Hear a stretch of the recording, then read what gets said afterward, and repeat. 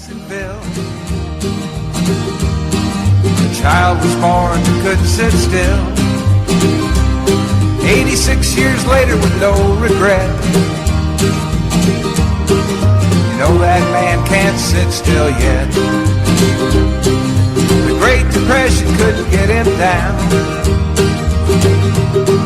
He worked for his dad's store in town, collecting money in small amounts for poor whites and blacks in their furniture accounts. Stetson Kennedy wants us all to be free. Stetson Kennedy wants us all to be free.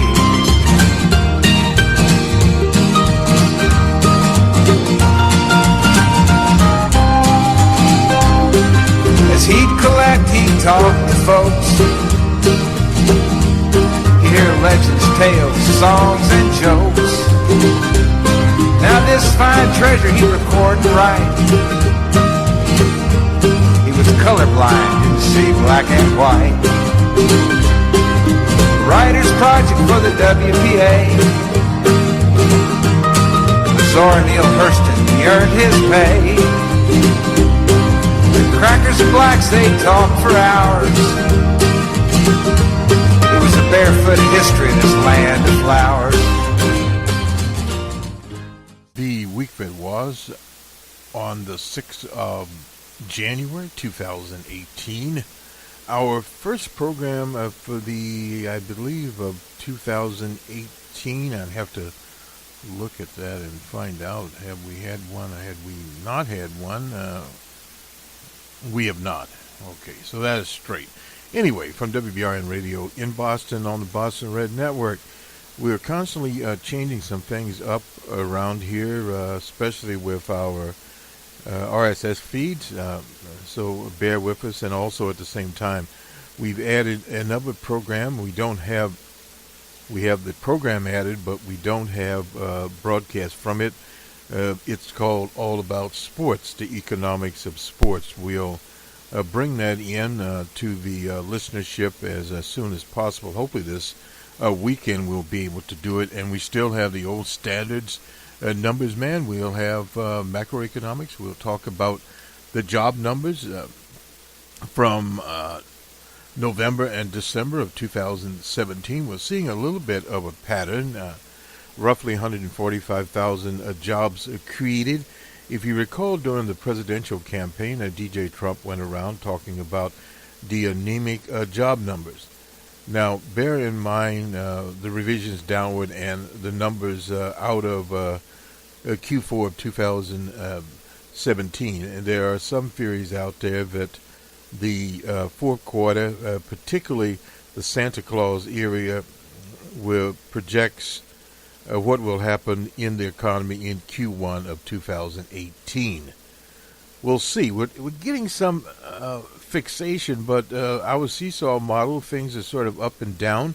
This is effectively the same pattern we had during the Obama administration, up and down. Effectively what's happening here is you have a modern capitalist industrial economy, which is globalized.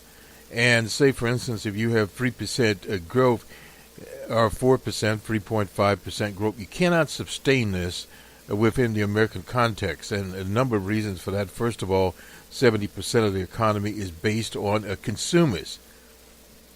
And the consumer-driven economy is based on discretionary spendings. For instance, if you have increase in gasoline, petrol, that takes some discretionary income out. And if over the holidays people spent on credit cards, dipped into their savings, all this affects the consumer part of the economy. Now, you've created a lot of jobs. We, in fact, just listened to an interesting cast out of the state of Hawaii.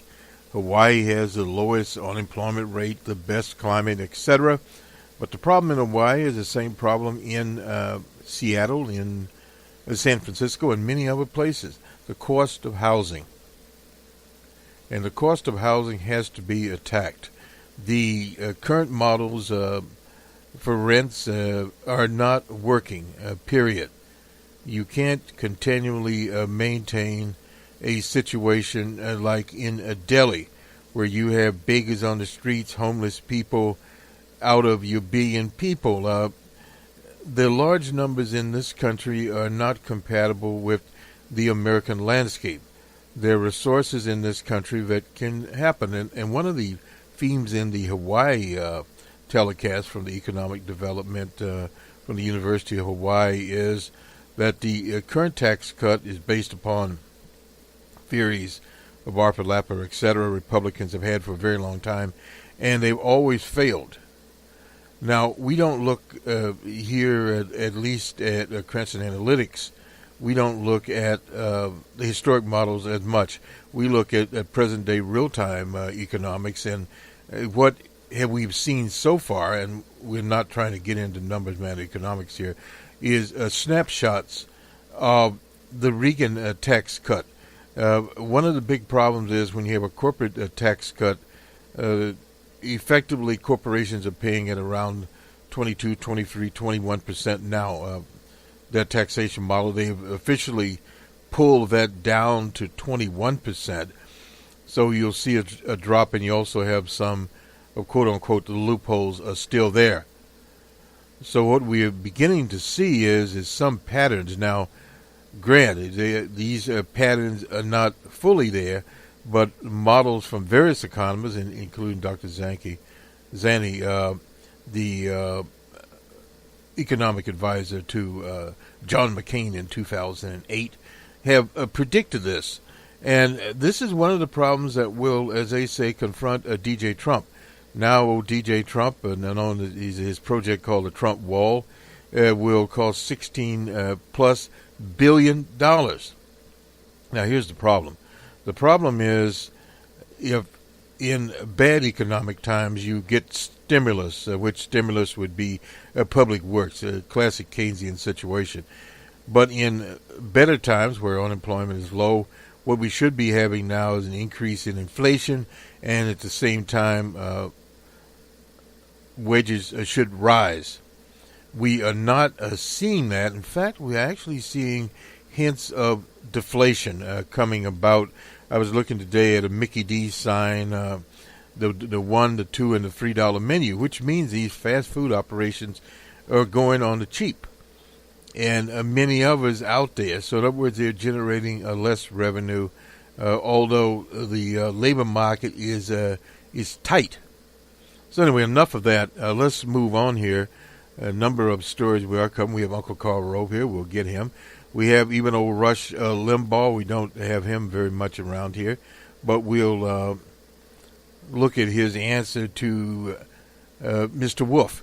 And we have Mr. Wolf, about 8 minutes of him from a live TV interview that he did in his quote-unquote tell-all book. It's nothing new there. Various people in the White House, various senior advisors, various functionaries have called DJ Trump a moron. I mean, there's no news value to that. He's a moron, he's a moron.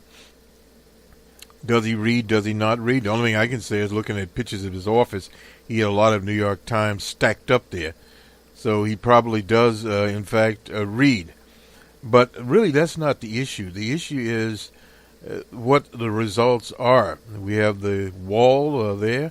We have in the field of criminal justice, the crackdowns on innocent people are coming out of Beauregard Sessions and his Justice Department, looking at trivial things like marijuana.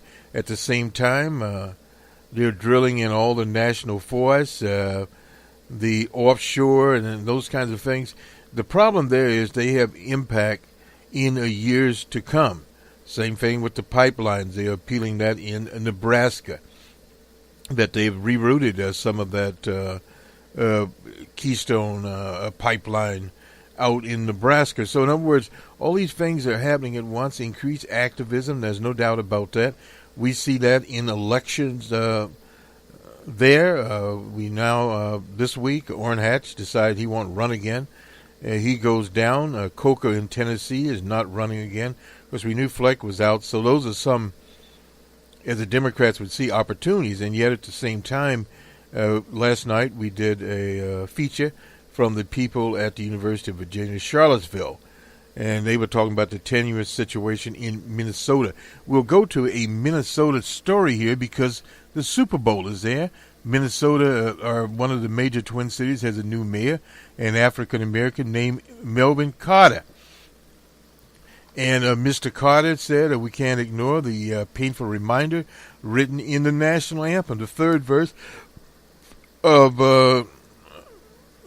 just how deeply injustice is rooted in the American tradition. Our national freedom song is an ode to slavery, Carter said in the speech, and he is correct.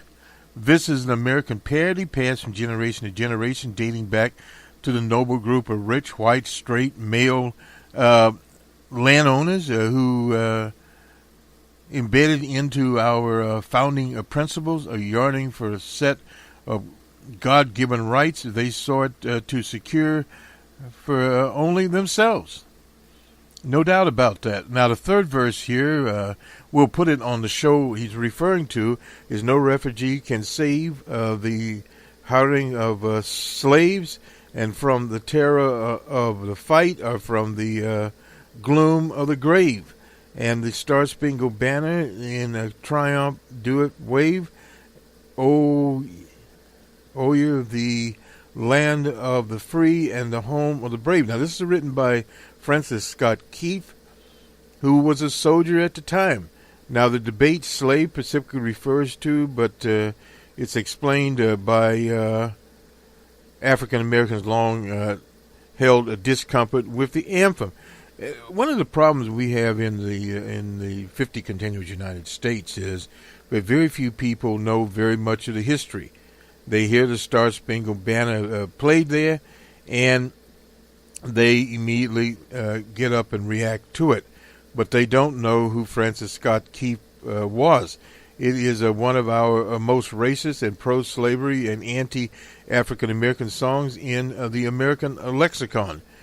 You would be wise to cut it from your 4th of July playlist. That is from Jason Johnson, the editor of The Root, which is part of the Washington Post and has been. There he explained that the slave reference in the song were the Colonial Marines, a group of runaway slaves who fought against the Americans in the British Royal Army with the hope of gaining emancipation.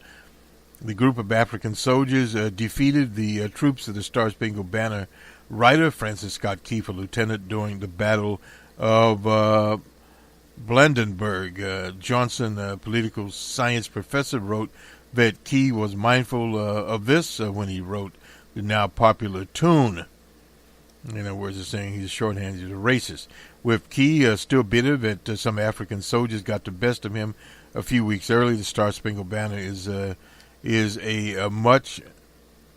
much a patriotic song as it is a dish track to African people who had the audacity to fight for their freedom. Perhaps that's why it took almost 100 years for the song to become the national anthem. Now, it was not the national anthem at one time. And those are some things to be remembered. Most people just take for granted it is a national anthem.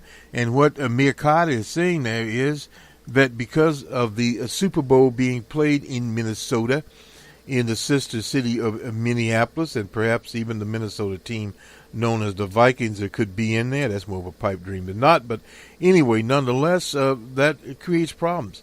And with old Bud Grant, he was a coach at one time of the Vikings. And he's a man in his, I believe, 80s, if not 90s. And he says right in, you understand what he's saying, they've got every right to do it. This is a free country. The country was founded on freedom of expression, but all those people that came from Sweden or Ireland, Spain, France, and settled this country all stood under the flag for many, many years. Well, what you have to understand here is many of the people, and even present day, that come from other lands knew very little about the American experience. They understood the U.S. as an open country, depending on when they arrived, and there were economic opportunities here, but the precise history of the country they did not know. And if they arrived in the 30s, 40s, and 50s, it was an apartheid country. But yet you have to understand that they were struggling, trying to get into the American dream, which they got into after the Great War. That would have been 1946 on. There was some prosperity, and also in places like the Commonwealth of Massachusetts, there were recessions in the 60s. But primarily for most people living in most of the states, the late 40s, of course, the war generated a lot of economic activity, particularly on the West Coast. There was not Silicon Valley at that time. Oakland had the naval yards. They were producing for war. And that was the economy. And when the war went out, there was obviously a little gap there. Many African Americans, including the parents of Cornel West, migrated to that area, and that's where Professor West grew up in Northern California. But that was one of the reasons that the country was prosperous at the time. They went through I Like Ike, and old I Like Ike delivered a pretty good economy. And after the 50s and the 60s, and in the 70s under Jimmy Carter with hyperinflation was not necessarily bad. I can remember, rolling over CDs at 18-19%. So that meant if you had $100,000 there, you were making roughly 19 or almost 20,000 just on a rollover. Now that's not your investments, so you could live literally off the interest on the rollover. But then came the troubles. But Reagan came in. He came in with a tax cut, and then he had some severe recessions, almost depressions there. He was a little lucky, but this economy was a smaller economy, which addresses where people are. So look for the demonstrations to continue around the Super Bowl era, and this is the reason we introduced Mayor Carter in here and Francis Scott Keefe. Let me roll on here towards, where are we going here? We are going, a couple of little stories here. Armed man with white supremacist ties. Now, these are the same people that DJ Trump characterized as good people. This man, his name is 26 years old, Taylor M. Wilson of St. Charles, Missouri. That's outside of St. Louis. He wanted to commandeer a train, and he was a member of a neo-Nazi group that went to Charlottesville, Virginia, and part of the group of gangsters that killed Herbert Haier. Now, this Amtrak thing in August, that was 2 months before the Amtrak incident. Get this right here. Court filings has a history of mental issues. In other words, a so-called nutcase. The train abruptly stopped in southern Nebraska. That was on the 22nd of October. A special agent, Monty Kapelazinski, wrote that the train halted when a passenger later identified as Wilson breached a security thing. He got into a backup engine, was basically where Wilson was, messing around with the controls. The passengers captured old Wilson, and they found a loaded .38 in his waistband, also a speed loader too, a loaded .38 revolver. So I suppose he was old school. And when they searched his house, they found PDFs explaining how to kill people, and he was involved in the placement of a white supremacist banner on a highway bearing the message relating to a fatal police shooting. Public defender is defending him. In fact, he was actually out on bail. This shows you how bad things were. Wilson's parents, who had gone with his cousin on a trip to California for a college visit, it was postponed by the wildfires in California. They found out that old Wilson, although he was crazy, had multiple legally purchased guns, a concealed weapons permit at 26 years old. And his cousin, who was one of the people cooperating there, lived in a house they shared near the Missouri River, 20 miles from downtown St. Louis. And they mentioned in the Post article here about James Allen Fields Jr., another nutcase out of Ohio. Here, and let's see, in all, old Wilson had 20 to 25 guns that his roommate described being shown 20, but his roommate said Wilson's cousin. Okay. After the interview, the affidavit states Wilson's cousin contacted agents again to say that Wilson used a hidden compartment in the house behind the refrigerator for storing things. They searched that and camouflaged the compartment inside hundreds of rounds of ammo, a tactical vest, white supremacist documents, handmade shields. So he had everything he needed there. That he, 15 firearms, a combination of handguns and rifles. So what he was armed with there. In the incident, they found ammo and various things there. He'd been released that month on a bond, if you can believe that. Now he's back in federal custody where he should have been in the first place. Let me move on here. This is an Alabama story here. One of the people that accused Judge Moore of groping her, named Tanya Johnson, her house was burned down. And said her home on Lake Mary Louise Road in Granston, that's the same place where Judge Moore lives, was set afire there, and they saw some individual again, a Looney Tune, marching around the house there. Neighbors called the fire department. The ongoing investigation doesn't just lead to believe that the fire was related to Judge Moore allegations made against him. More details are coming, but they did find some character walking around. He had been in trouble in the neighborhood for a while. This is a neighbor woman. Okay, a young man with a history of public intoxication walking around there during the blaze. I wonder about those situations. But anyway, nonetheless, the community is rallying behind Ms. Johnson, and no doubt they'll take care of her. They even said she was headed to Walmart to get toiletries. She's living in a hotel. Had a granddaughter living with her, but nobody was home. Her and her husband were working at the time, and that was the end of that story right there. We mentioned DJ Trump's wall, known as Trump's wall, $18 billion. I said $16 billion, and counting.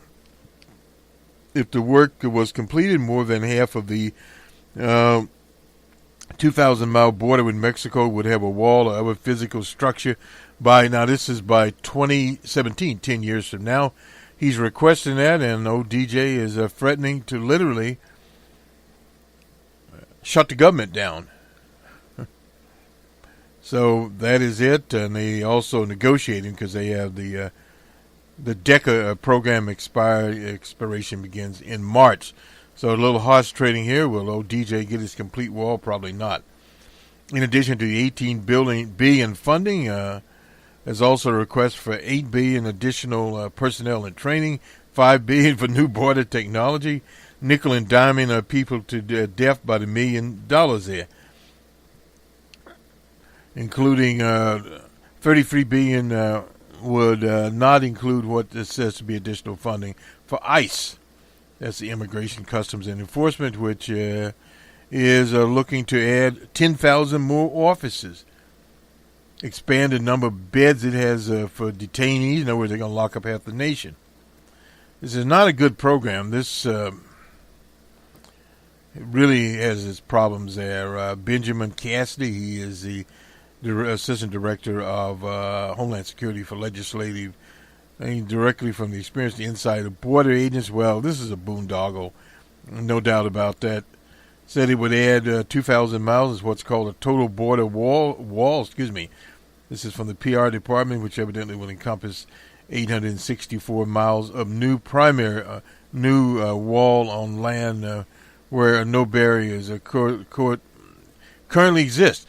Well, the problem there is that this wall people in the West see it, but in places like Arizona where there's direct with the Mexican border, people are not alarmed. They live with this daily. This is an issue that DJ Trump has hollered wolf, and it plays to his people. Period.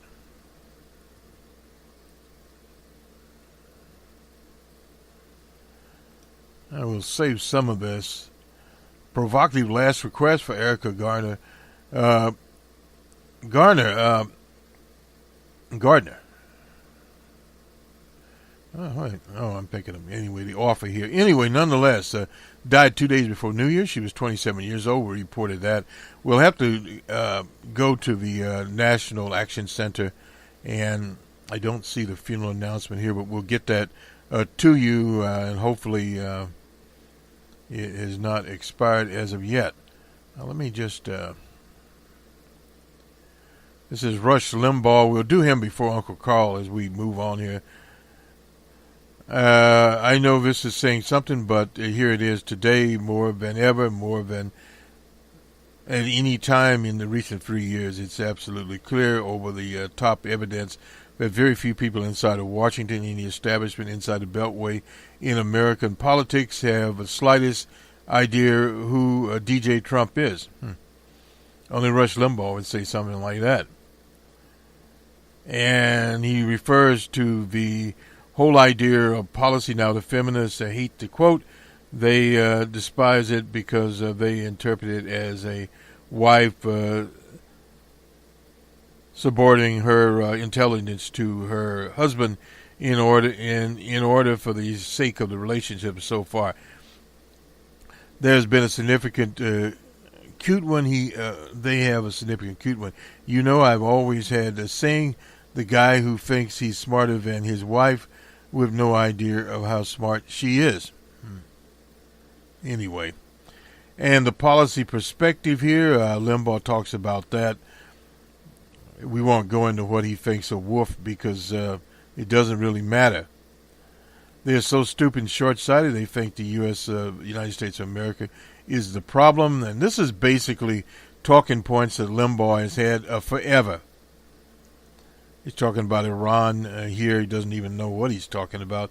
One president micromanages the economy into the ground and tells the American people that our better days are behind us. And it was President Barack Obama he's referring to. He said the greatest days passed and were not really legitimate. They were built on phony policies, trickle-down economics from Reagan. That is actually true. They stole the resources from other nations around the world. Our superpower status was not deserved. We must manage the decline. And Barack Obama, I am the smartest guy in the world to manage the decline of the U.S. Well, this is flippable on the part of Limbaugh. Limbaugh thinks he's probably the smartest person in the world. Who is a nutcase? Who is the dangerous one? Who is under a year unraveling all the mistakes born of poor ideology, etc. It isn't Barack Obama. It certainly isn't Hillary Clinton. It isn't Bill Clinton, but the Washington establishment thinks it is. The Washington establishment thinks intelligence is defined by where you come from, what universities, what professors you know, what degrees you have, etc. Well, DJ Trump would tell you he's the smartest person in the room. Many of the so-called conservative eggheads, Limbaugh has always been anti-intellectual, even with people that are not intellectual. Anyway, they get together in the editor rooms, they get together in the faculty lounges, they get together in the club. Where's Limbaugh? I guess he was doing drugs. Anyway, they theorize back and forth, they rip to shreds, anybody that doesn't get them. That's all they do is theorize. Well, they did a little more than just theorize. Many of the schemes that DJ Trump has implemented came out of the Heritage people, the Cato, various think tanks funded by the Koch brothers, formerly of Wichita, Kansas, now of Palm Springs and Palm Beach, Florida.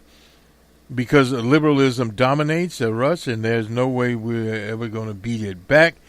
Well, neoliberalism in some quarters, but it is got its problems also. And let's see. And then when his new arrival actually began to succeed, the new arrival, a real panic sets in. Well, the problem there is you're going to have temporary success on the as we started here with the psychology of the market, because the market was looking forward to a tax cut. They now have the tax cut. What they're going to do with it? But unfortunately for them, the American economy, although the market is there, but is subordinated to the 70%, 65% that is consumers. And if a consumer does not have a discretionary spending, you can't build that on trickle-down economics. That has been proven time and time again, just as Coolidge and the Roaring Twenties. The Roaring Twenties roared, and then that was the end of them right there. Let me finish up Mr. Limbaugh here, and we'll go on. Meanwhile, they're going to continue to try to project their worldwide view, their personalities, their human characteristics into a man they can't hope to understand it. The problem is not that they do not understand him. They do indeed. From Carl Rober, we'll finish this up and we'll do the sports. Batting .633 in baseball is terrific, but merely adequate in the forecasting game. On the 4th of January last year, I made 30 predictions for 2017. 19 were correct. President Trump tweeted often, more than 2,300 times. He held only one full-scale solo conference. A hefty number of aides, including Flynn, Priebus, Bannon, Spicer, were fired or resigned. A constitutionalist, a right-winger named Neil Gorsuch, was confirmed. Tax reform under budget reconciliation, that's when you need only 51 votes. The tax cut was smaller than Trump's campaign on $1 trillion versus $5.9 trillion, ended double taxation of American corporations. Tensions emerged between congressional Republicans and Trump. They wanted him to quit talking about the Russian investigation via Putin. They opposed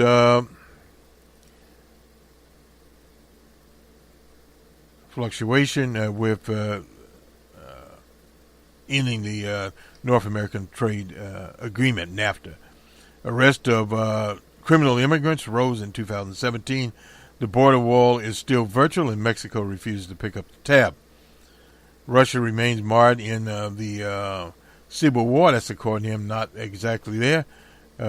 Angela Merkel, the German prime minister, narrowly re-elected chancellor at the Oscars. Moonlight was the best picture.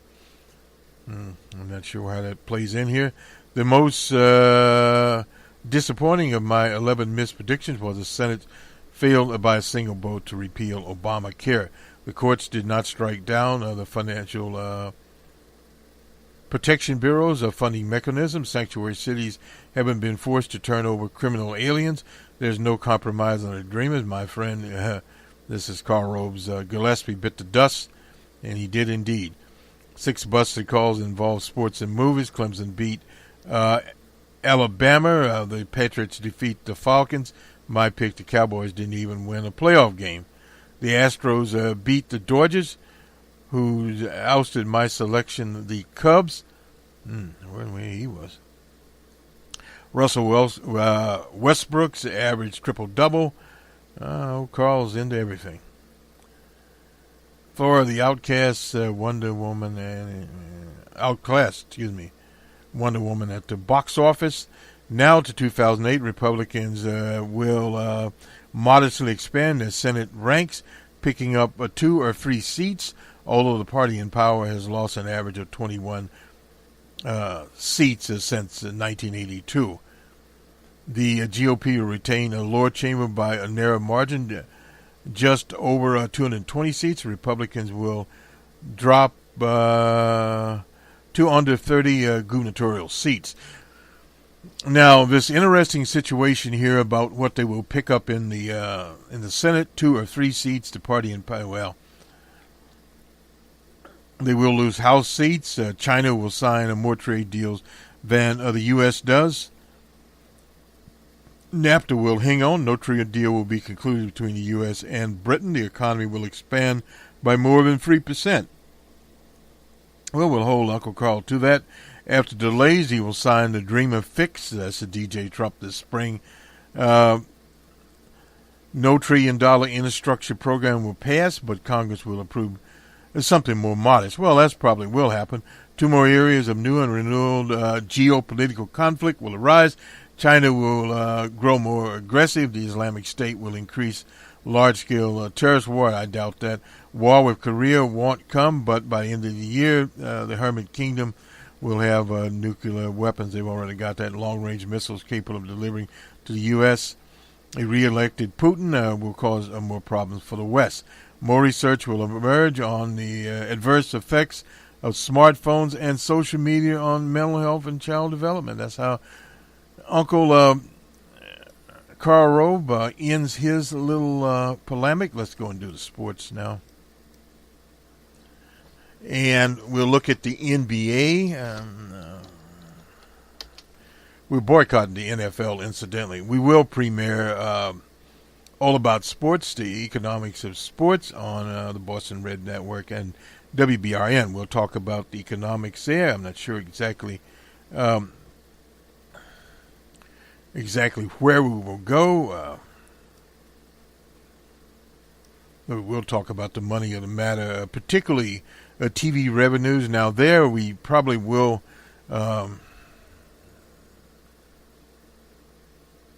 Dr. J is hospitalized after falling ill at, all things, a 76er game. For those that remember Dr. J, one of the great ones, Julius Erving.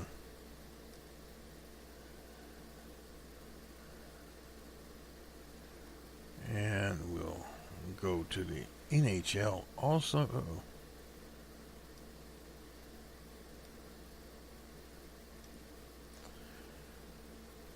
Fell ill, was taken to a hospital. No immediate updates on his condition. Legendary Irving fell ill at a game, was taken to a medical center. He's currently being evaluated. He's expected to be released after the evaluation. He's 67 years old. And that is it. Attended the game and rang the ceremonial Liberty Bell before the tip-off. Well, that's it. That's all we found out about Julius Erving. We hope he does get well.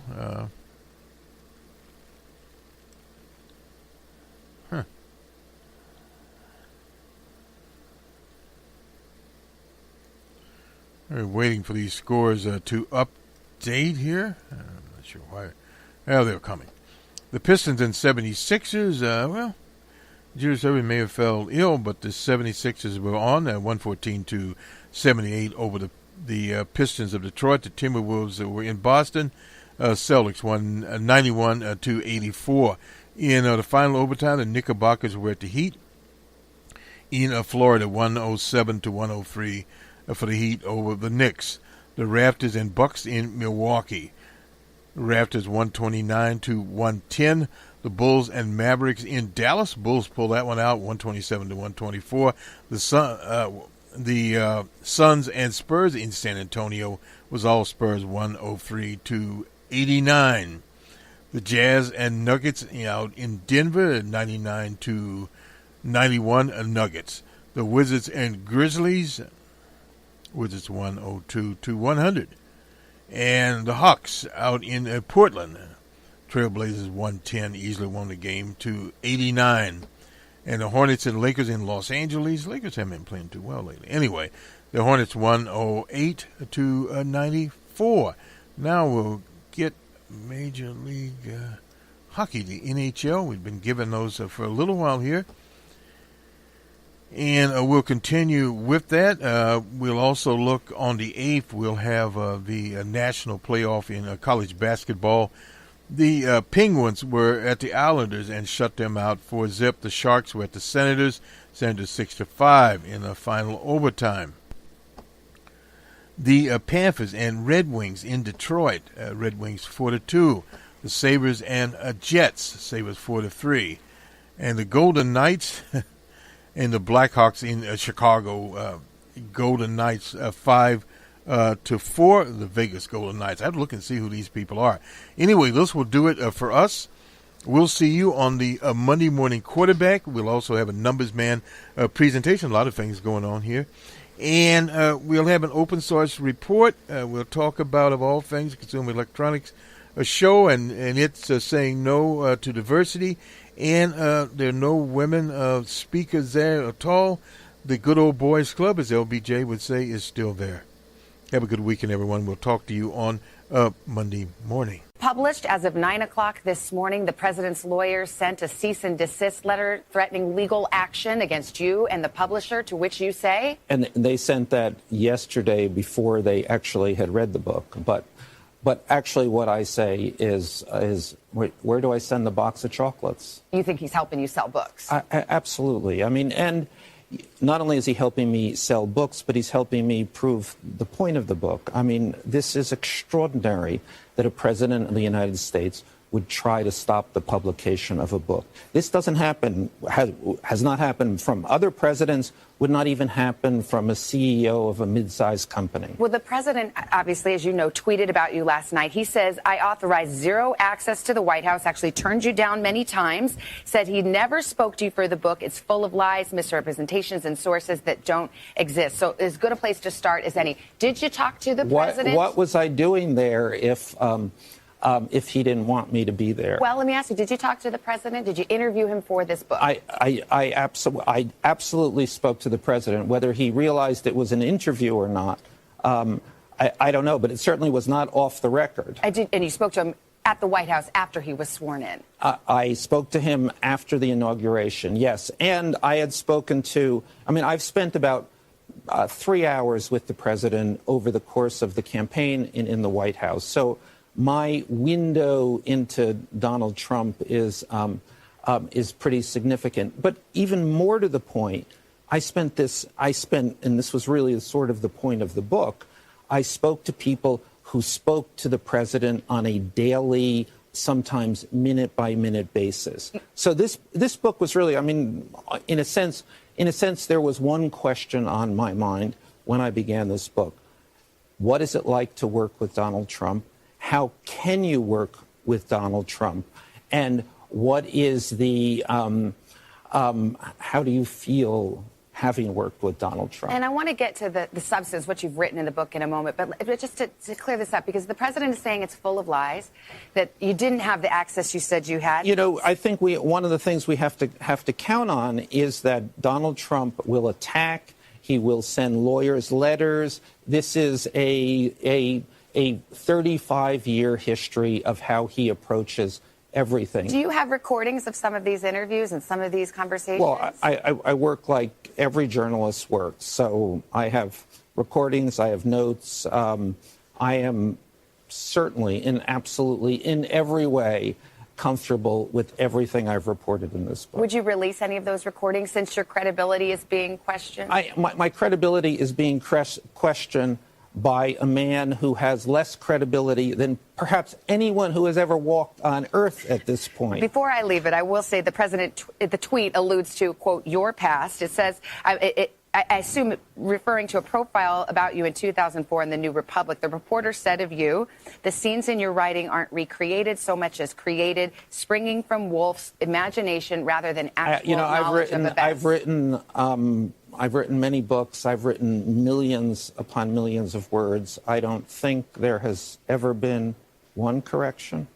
So you stand by everything in the book, nothing made up? Absolutely everything in the book. Let's talk about the book itself, because one of the overarching themes is that, according to your reporting, everyone around the president, senior advisors, family members, every single one of them, questions his intelligence and fitness for office. Let me put a marker in the sand here. 100% of the people around him. Jared Kushner, his son-in-law, Ivanka Trump, question his fitness for office? Every time and I want to be careful about who I spoke to, because the nature of this kind of book is you kind of grant everyone a veil.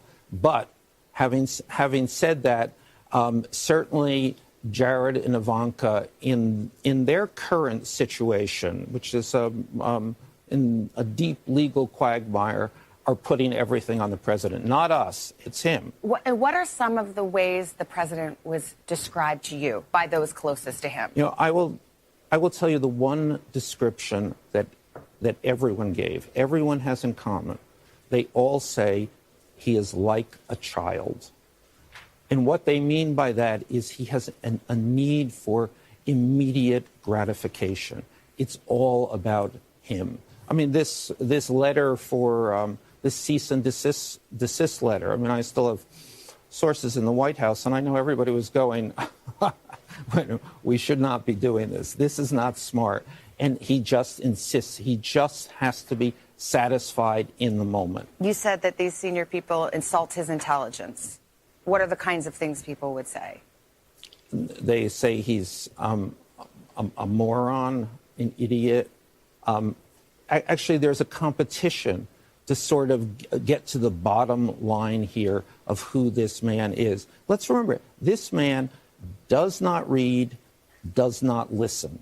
So he's like a pinball, just shooting off the sides. One of the more disturbing observations you make in the book is that the president's close advisors, people around him, have noticed him repeating stories, expression for expression, you say, within a short period of time. In a shortening period. So they've all tracked this, that it used to be, I know people would point out that in the beginning it was like every 25 or 30 minutes you would get the same 3 stories repeated. Now it's the same 3 stories in every 10 minutes. Oh, and what's the suggestion there? Because that goes beyond saying, okay, the president's not an intellectual. I mean, what are you arguing there? You say, for example, that he was at Mar-a-Lago and didn't recognize lifelong friends.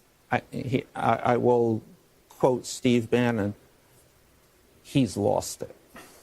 Let's talk about Steve Bannon, because here's somebody who was on the record with you, made some pretty bold assertions, as you mentioned, has disparaged the president, and yet now, in the last couple of days, says he's a great man and nothing can separate us. What's Bannon doing here? I want to make one. I mean, the president has tried to put this book is about Steve Bannon. So let me say very forthrightly, this book is not about Steve Bannon. This book is about Donald Trump. As for Steve Bannon, and I spoke to Steve as I spoke to many people throughout the length of the reporting here, and really saw a transformation, not only of Steve, but of everyone. But Steve, in a way, is most vivid, or his language is the most vivid. And the transformation was, you know, we thought this presidency could work. We thought Donald Trump is an interesting, unique character, and we might be able to do something here. And they saw him over that time come to the conclusion he cannot do this job. I am out of time, but your former editor at Vanity Fair, Graydon Carter, said he wasn't surprised you'd written this explosive book. He was surprised they let